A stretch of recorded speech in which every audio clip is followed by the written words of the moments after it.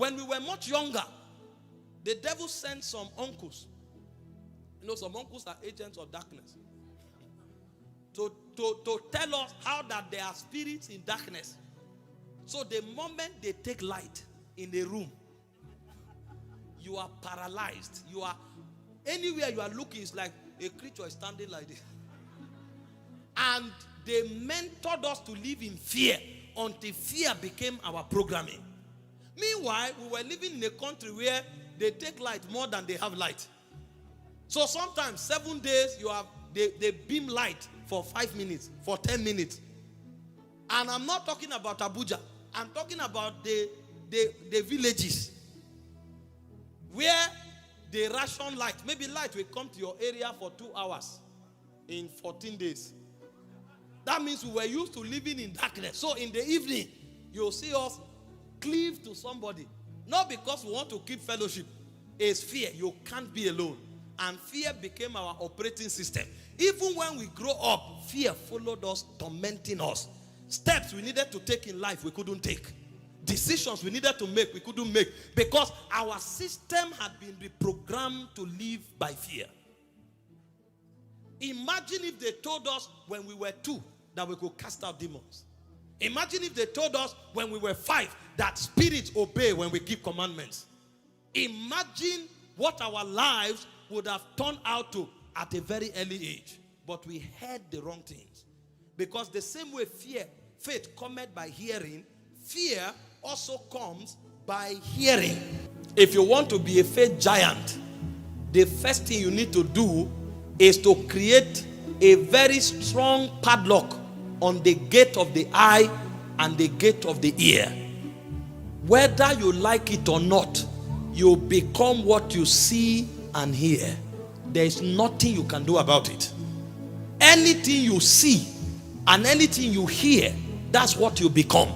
In 2 Corinthians 3:18, it said, we all with unveiled faces, beholding as in a glass the glory of the Lord. It said we are changed into that image from glory to glory as by the Spirit of the living God. The word change there is the word metamorpho. It's not just change of mindset. It's actually metamorphosis.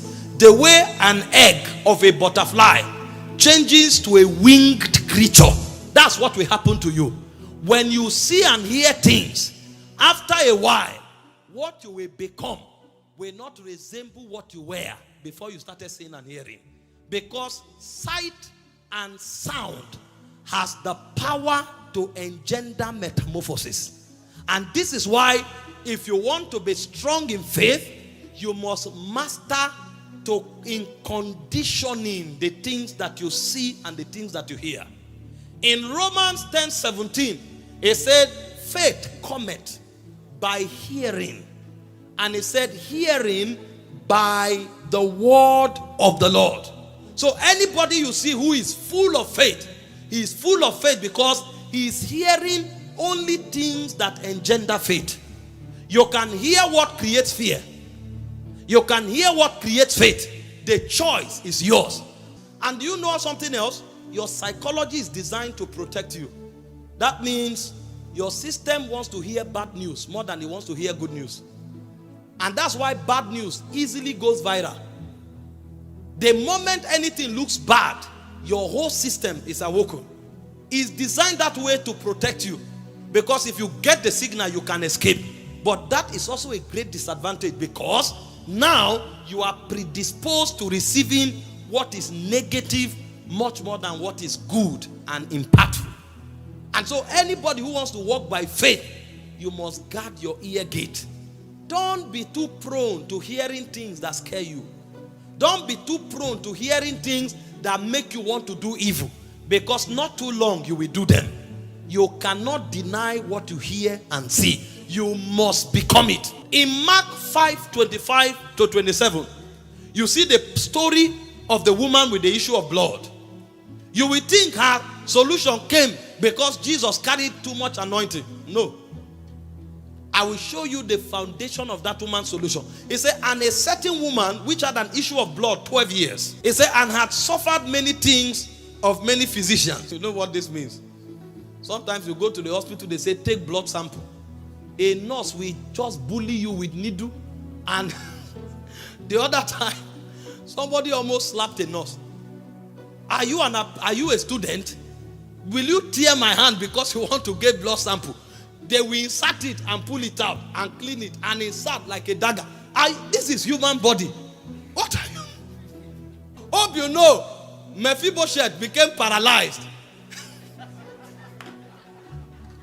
because of the person nursing him. They take your money and then they are bullying you with needles. Sometimes they come and say, sorry, we will change your drugs. You say, which one? Oh, what do you mean? You gave me drugs, I took it for 2 weeks. You come, you want to change all the drugs. So after taking drugs for 6 months, they will now come and say, oh, we didn't see something during the diagnosis. So what happens to all the chemicals that I've put in myself? Doctors are trying, don't get me wrong. But they are men, they are men. So the Bible said this woman suffered many things in the hands of physicians. And the Bible also said, and had spent all that she had, and was nothing bettered, but rather grew worse. If a demon is involved, there's nothing a doctor can do about it. That's why more than 80% of the sicknesses in the world don't have cure. They only treat. That means they manage it for you. There's no cure for blindness. There's no cure for deafness. There's no cure for high blood pressure. There's no cure for diabetes. There's no cure for hepatitis. There's no cure for schizophrenia. There's no cure for cancer. Meanwhile, all your faith is in a doctor. Congratulations. But, verse 27, here comes the good news. When she had heard of Jesus, this is where her answer came from. The reason that woman was able to conceive that if she touched the hem of his garment was because of what she heard. If she didn't hear enough, she would have said Jesus must lay hands on her. If she didn't hear enough, she would have said Jesus must come to her house. But based on what she heard, if this thing you are saying is true, I don't need this man to even know I'm around. So you can carry your faith to any level based on what you hear.